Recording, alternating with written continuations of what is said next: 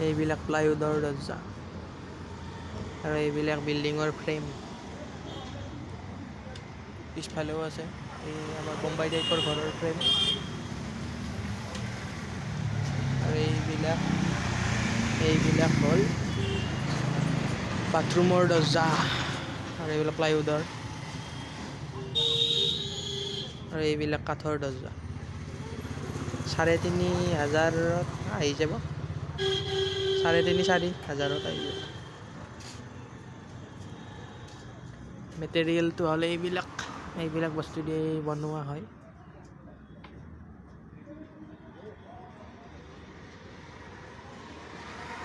এই সন্মুখত সেইখন মাংসৰ দোকান।